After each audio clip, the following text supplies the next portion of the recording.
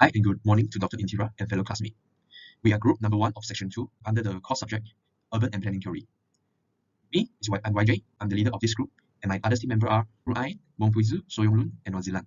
And today we're going to share our report presentation to all of you. And thank you so much for listening to our report presentation. First off, let us begin with the introduction on UNESCO and World Heritage Site. So what is UNESCO?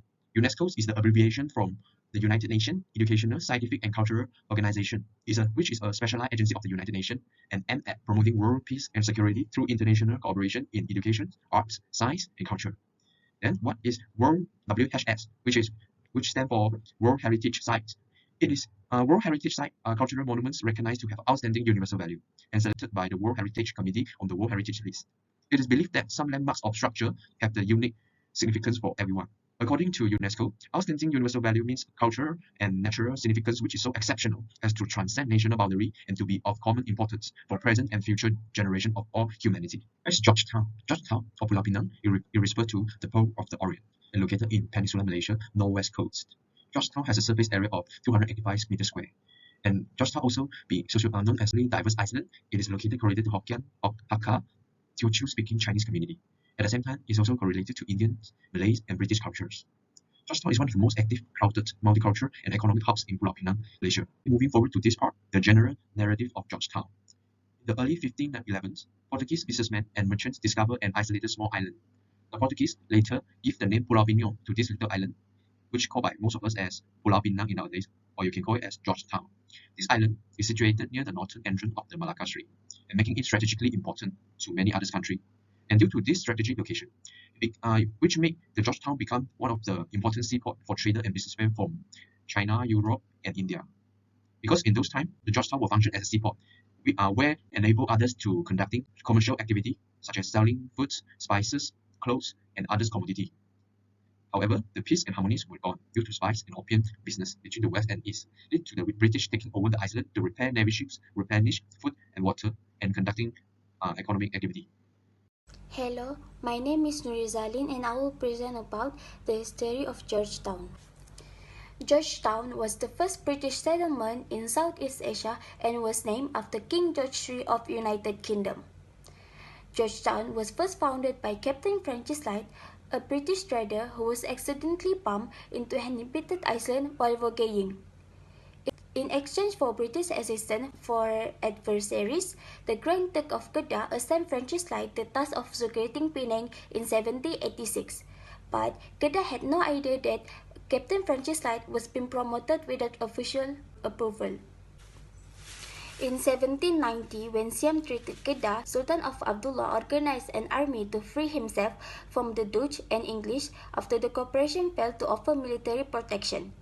Since the Dutch and English failed to protect Kedah when Siam attacked it, Sultan of Abdullah decided to sign a written agreement with the people and formally hand over Penang to the British, but they must pay Sultan Abdullah 6,000 per year.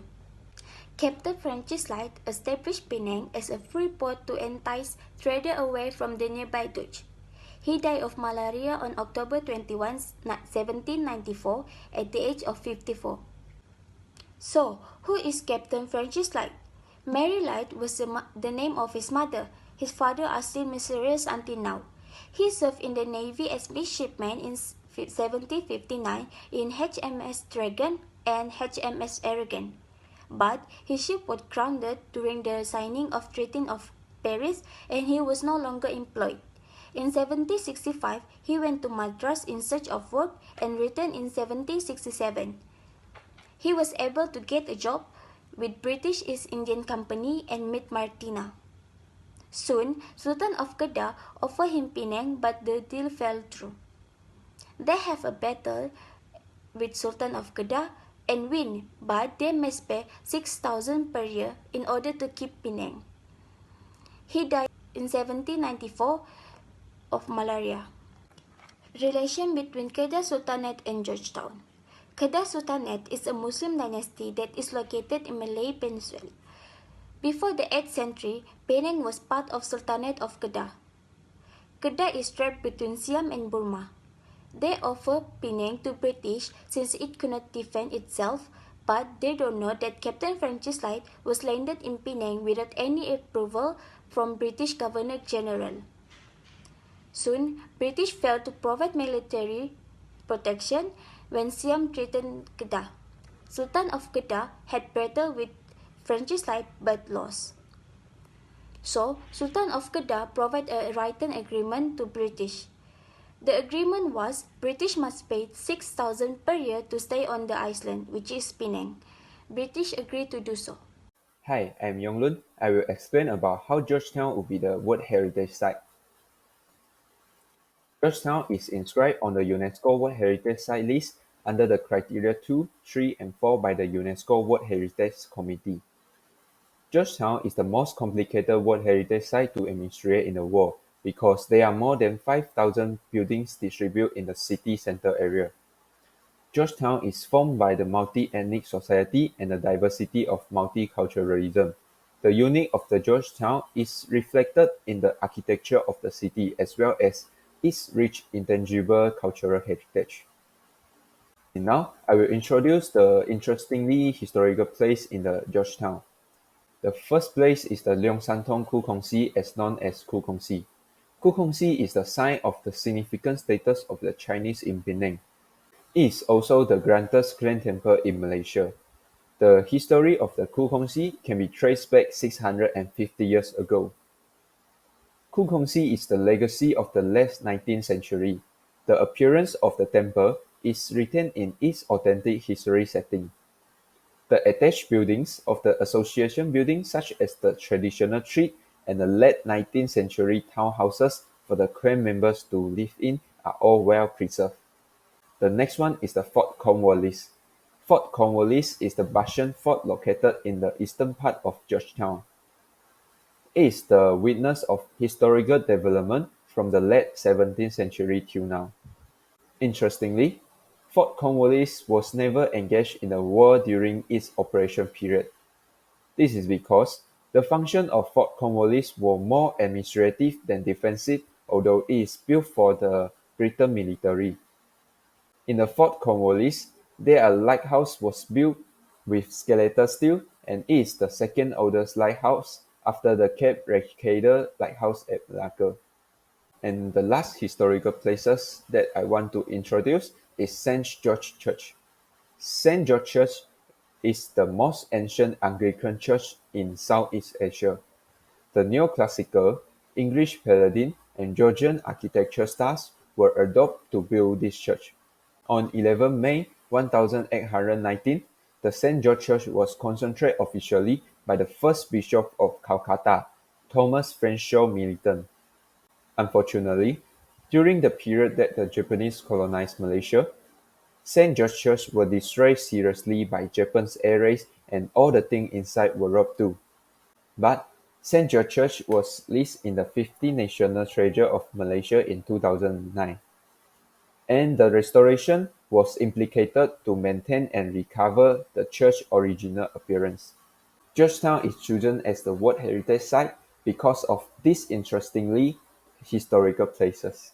Hello, my name is Nurul Ainati Mama Idris. I will present about how Georgetown, the outstanding universal value, can influence the people around the world. Penang is one of the outstanding universal value since early 16th century due to its strategic place that people can trade. Some of the traders are from Arabian, Chinese, European, and Indian ships will seek protection that can ensure their safety from the monsoon, and they can replenish food and fresh water supply.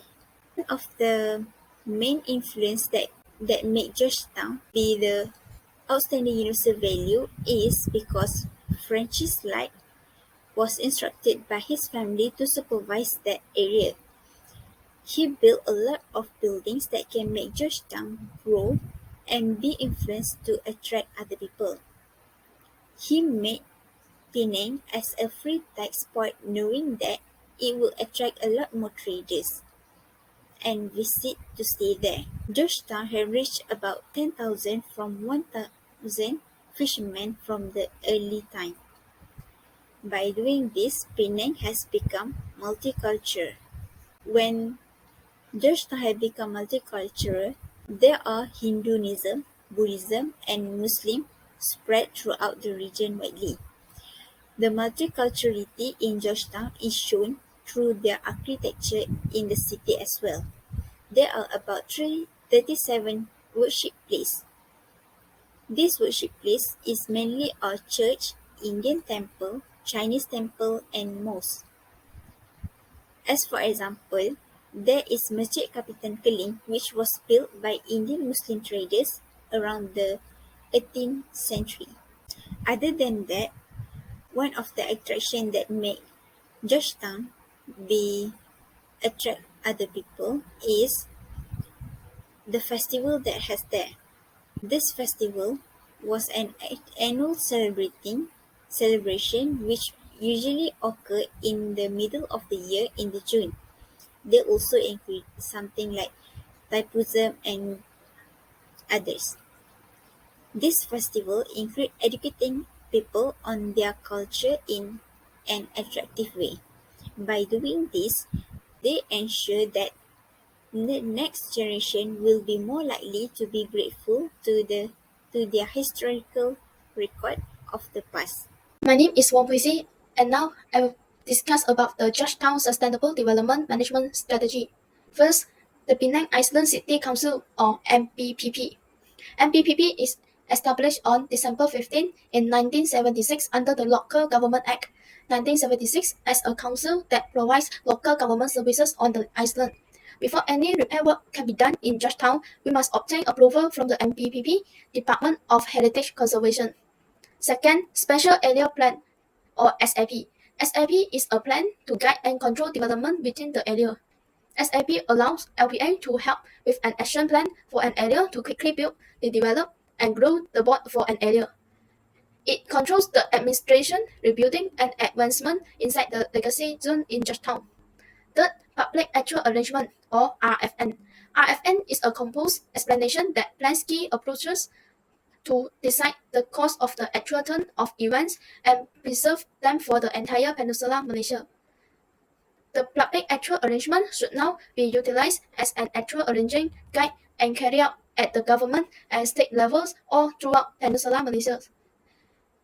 RFN is to fortify the nation's preparation by the lessening aspect of the public financial approval and to organize the statutory officers through the arrangement of room allotments in statutory strategy. For tangible heritage workshop.